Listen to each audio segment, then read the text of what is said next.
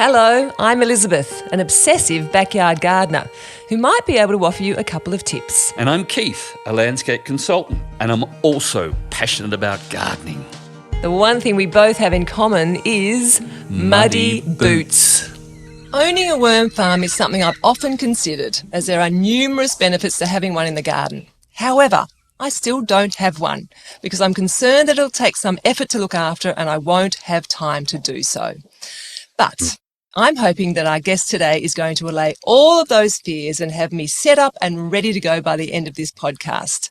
Welcome, Richard Thomas from Wormlovers. Thank you, Richard, for joining us. Good to see you, mate. Thank you very much, Elizabeth. Yeah, good to see you.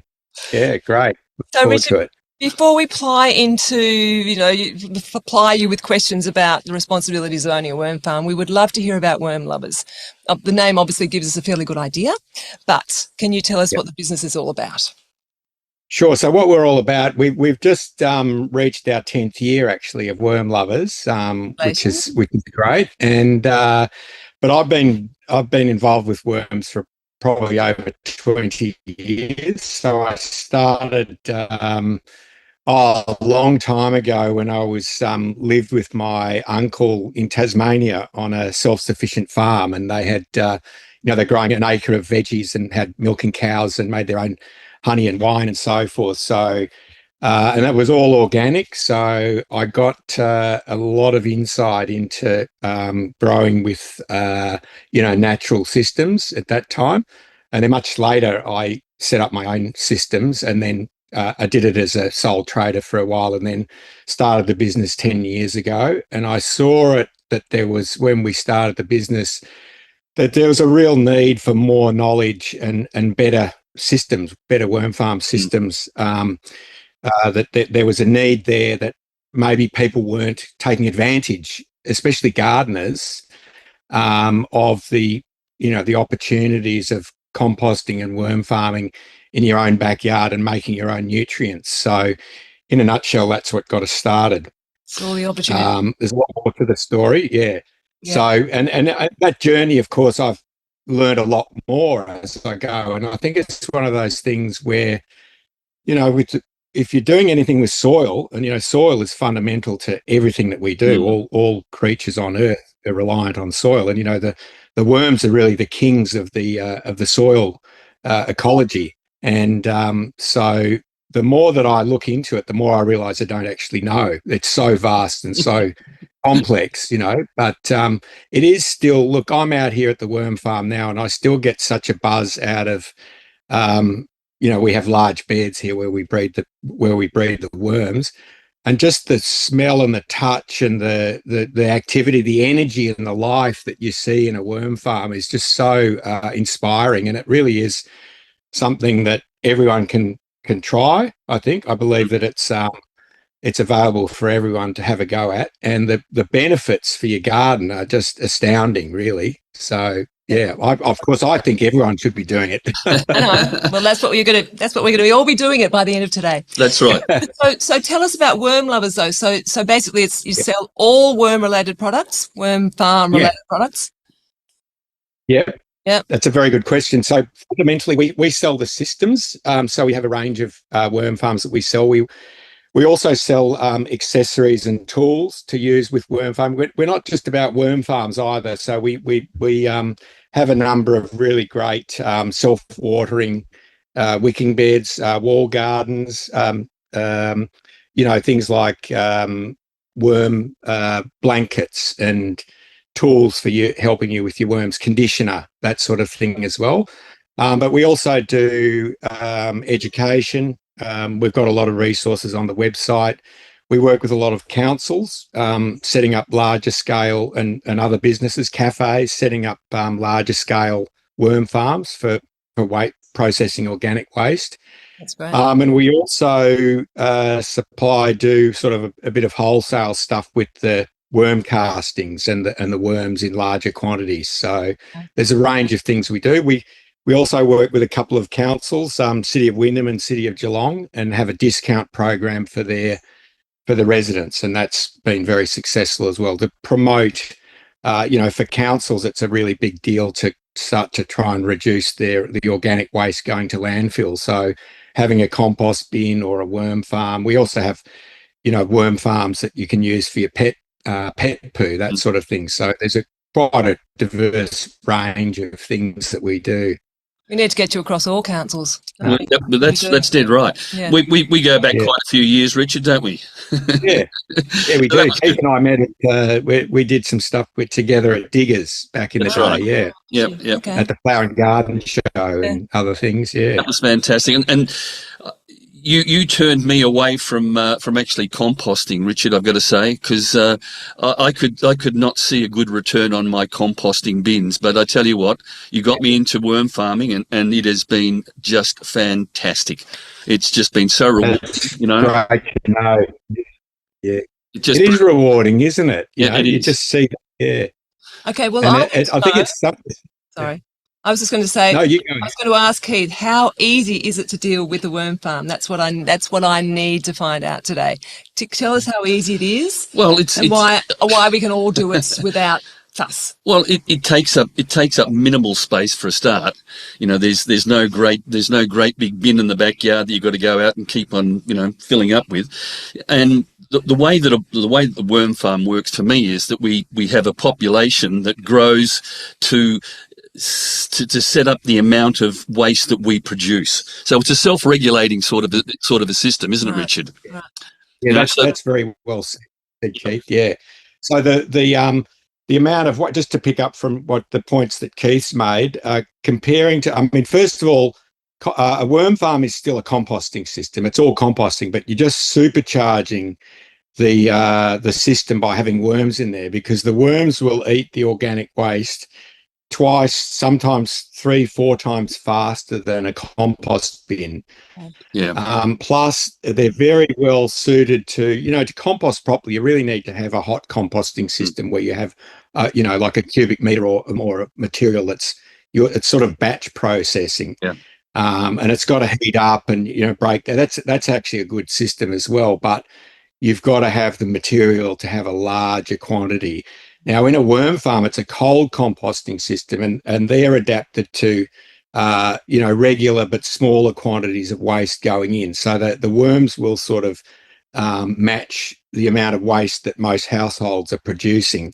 So, and as Keith mentioned, the population of worms in the worm farm will adapt to how much you're feeding them. So this is one thing that a lot of people don't realize. They will survive with quite a small quantity of waste. You know, like for instance, my mum, she's nearly 90 and she's had a worm farm for years and years and years, and she doesn't produce a lot of waste. Then you might have but the worms just adapt, the population adapts to that. They plateau out, don't they? Yeah, that's right. And yeah, and I mean, I think that Keith will know too that one of the benefits, you know, some people come to this because they want to reduce their waste going to landfill. But then as gardeners, it's not just about you waste it all. Suddenly this material that we call waste is a resource that we can actually upcycle, and it's full of nutrients that we're wasting. So we can turn those nutrients, with the help of the worms and all the microbes, into those nutrients are captured and upscaled, if you like, to these beautiful soil amendments that it's full of. So, you know, you're seeing that the reward is really when you get it into your garden and you see the effect that it has on your plants. And I'm sure Keith would notice that. Absolutely. Worm castings, Just on what you mentioned before about the best forms of composting is hot composting. We have a great relationship with Vince from Clyde Compost, and he's actually turned me around a little bit in the way that the composting is done. So he's not after incredibly hot composting. He's not looking for the you know, the thesophiles and all those sorts of things. He's looking at a cooler composting range, because it doesn't destroy the flora and the fauna of that material. And this is where the beauty is. If you trying to make a decision whether you want a composting system or a worm farming composting system, this is the easiest way to go to get the best return. It is. That's right. Okay. Particularly for Yeah, for household. Sorry, go ahead. Yep. No, Oh, no, I was going to say it's a good segue because that's when you go. We want to find out. Okay, how do we? If it's easy, yeah. what is the process? How do we set it up? You know, if you could go How do through we set it the up? Okay. step-by-step process, that would be fantastic. Yeah, absolutely. So first of all, there are different systems, and I divide them into two. One is the stacker type system, and they're the most common, where you put these trays one on top of the other, and they're generally they're a cheaper product. They and they're quite adequate. But probably the best system of all, the easiest, is what they call the continuous flow system, and that would be like a hungry bin, which are more expensive, but they're probably easier to use. Right. But in both cases, what you want to do is start off with you set it up according to the instructions, and then you start off with some organic material, but broken down organic material, so compost, or some people use cocoa coir, or you can use soil, but that's just the bedding. So that's the home for the worms that you want to start off with, right? So you get your tray or your bin, and you put the appropriate amount of that material. So let's say compost, because that's probably the best, in the bottom. Then you add your worms to start off with. Generally, worms come in a package of 1,000 or 2,000. Sounds like a lot of worms, but 1,000 worms is sort of like a cupful or a handful. Right. So about 250 grams, isn't it? About 1,000 yeah, worms. 250. So a kilo of worms is about 4,000 worms, more or less, depending on the size. And they're not any kind of worms, are they? They're specific types. No, well, yeah, and I was actually, thanks to Elizabeth, I was going to mention that people confuse. There are thousands of different species of worms, and the ones we want to use are composting worms. So they eat large amounts of quite rich organic matter. So if you take worms, say from your garden, they may be adapted to a soil environment that's quite got a different nutrient profile. So they won't survive in the rich, the rich organic material that you're putting into a worm farm. So anyway, you've got your worms, you put them in, and then you start feeding them. Very important that you don't feed too much to start with, because you've got a small population of worms. So you need to be patient and allow those worms to breed up, gradually increase the amount of food that you're feeding them. And then over a period of time, maybe it might take 3 months, maybe longer, maybe less, you'll have a much larger population of worms, and they will be able to eat, the contents of a couple of people, or it might be, if you've got a larger bin, might be a family of all the waste from a family. Now, in terms of, there's lots of detail here that we can talk about if you'd like. I'll just go through the basics, but there's a lot of material that's, if you want to get down to the really fine details. That material comes I think with the bin. If we order a bin, does that material actually come so we can sort of put it on our? No, generally not. If you get one of the smaller ones, sometimes they'll send you a block of cocoa, compressed cocoa core, coconut core, the fibre, and you need to soak that and so that it expands, and then use that. I personally prefer compost, because I feel like the worms happier in a compost than in a coconut fibre. So yeah, you will need to get that to start with. And if you buy, say, a hungry bin, you'll need about 4 bags of compost to get it started. And yeah, I guess the main sort of things to keep in mind are, first of all, where are you going to put it? So you definitely don't want to put it in the sun, because it could, plastic heats up very quickly. Yep. So that's really, really important. So you want to find the coolest part of the house that you can, under a tree or somewhere that's in full shade. The moisture level is important. So it wants to be damp and moist, but not saturated. And definitely not dry. So generally, there's a lot of water in the food waste, like tomatoes, 95% water or whatever it is. So generally, there's enough moisture in that food waste, but you might want to top it up with some water as you're going, if it looks like it's drying out.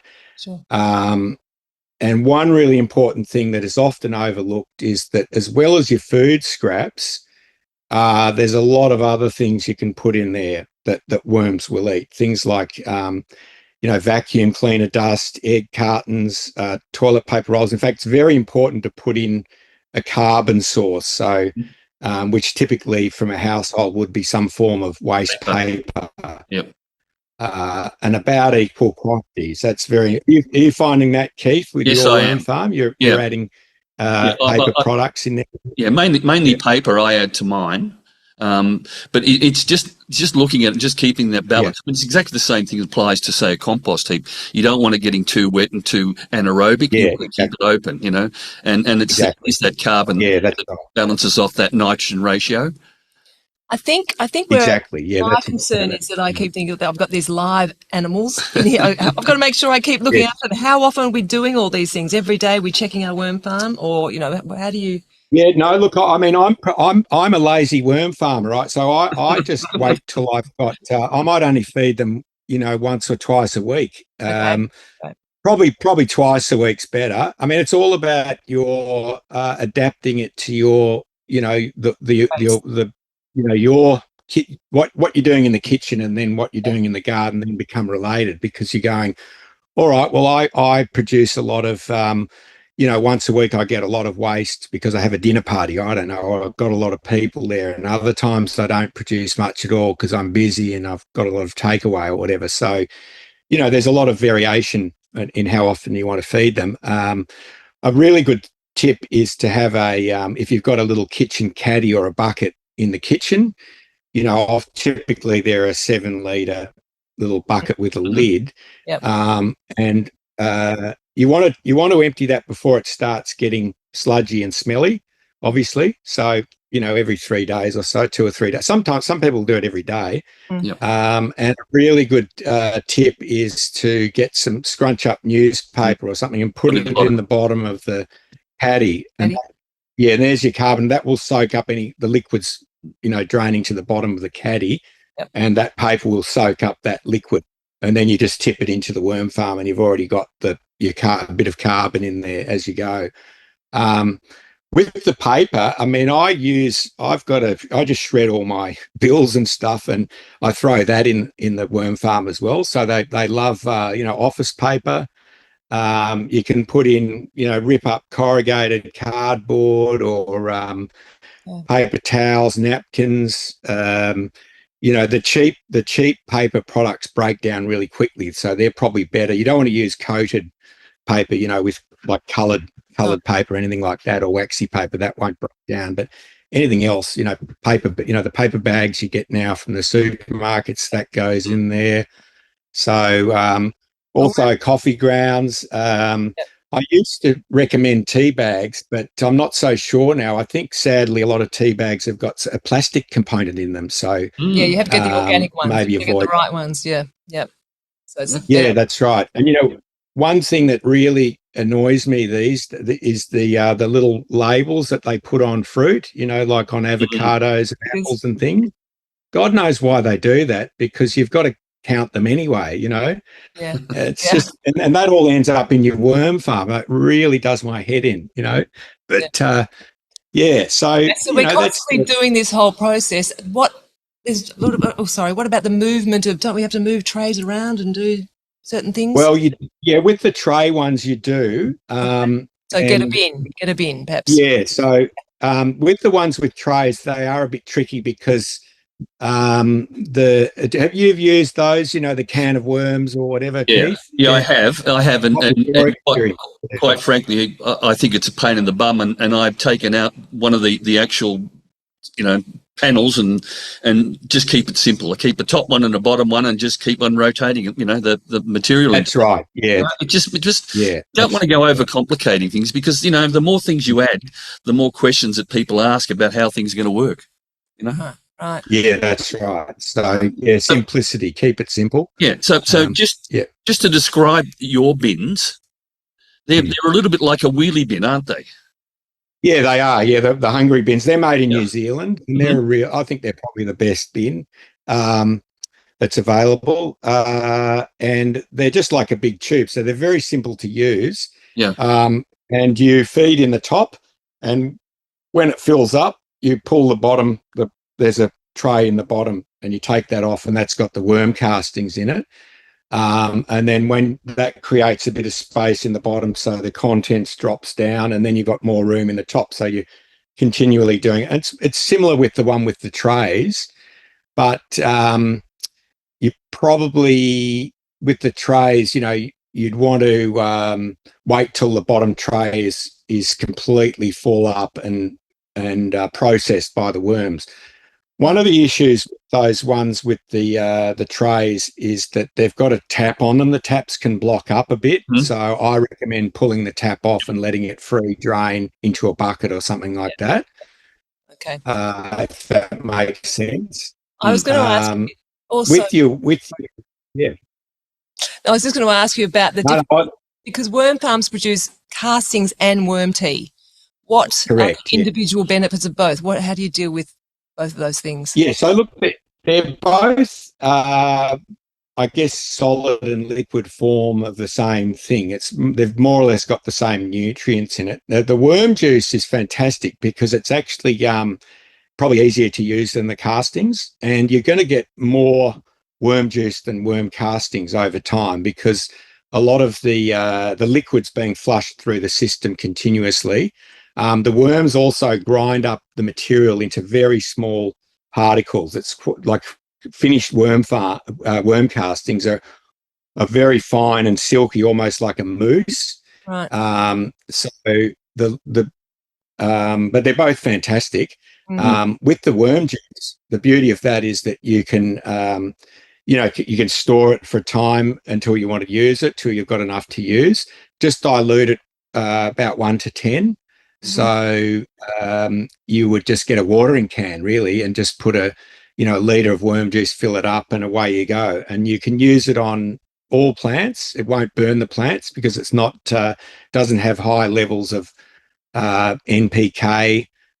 So it's suitable for fantastic for pot plants or veggie gardens. And with the castings, you can make a blend, again, about 10%, 1 to 10, or maybe 1 to 5, and make a beautiful potting mix. Or you can use it as a top dressing and just sprinkle a bit, over the top of your veggies, then water it in, dig it in, or mulch it.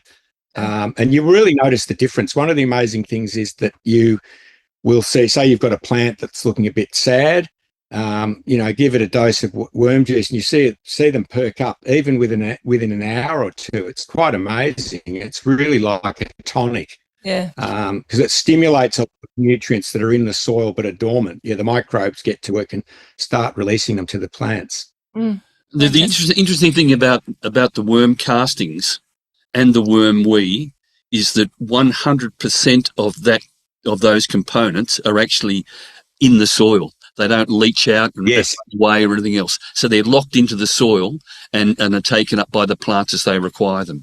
That's brilliant. Absolutely brilliant.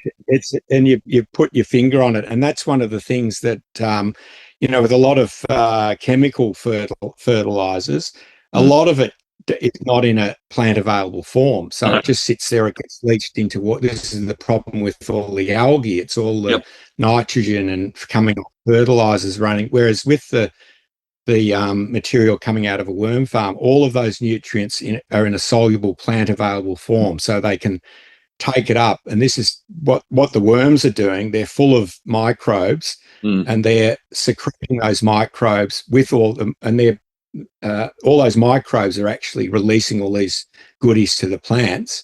And as the worm secretes them into the soil, they're available to the plant immediately. So this is all going on right around the planet in the healthy soils of the, it's all invisible, but it's all happening in this incredible way that it doesn't necessarily show up in the science, in conventional science. Yeah, it's quite extraordinary. It's living soil that's what we're talking about.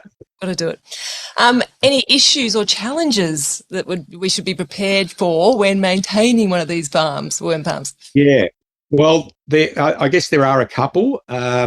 One is that probably one of the most common problems that people have is overfeeding. So the worms can only eat, there's the capacity of the worm farm is only going to hold so many worms, and those worms can only eat so much at a time. So if you fill it up like a rubbish bin full of your organic waste or your food scraps, it's going to rot and smell before they can eat it all. So you just feed. The rule of thumb is add your next feed when half the previous feed's gone. Right. And never more than a couple of inches, a nice layer of a couple of inches at a time. And really helps to give it a bit of a fluff, a bit of an aeration with a little cultivator or something like that, to just aerate and mix those microbes around, and that will really, help it more efficient. One of the challenges too is when you have a heat wave, is that if the worm farm gets too hot, and that means over 30 degrees, inside the worm farm, it could be hotter than that out in the air, but the actual temperature of the bedding inside the worm farm, the worms become stressed and they can actually die. So that is something to think about, and that's why you want to put it in a really shady place.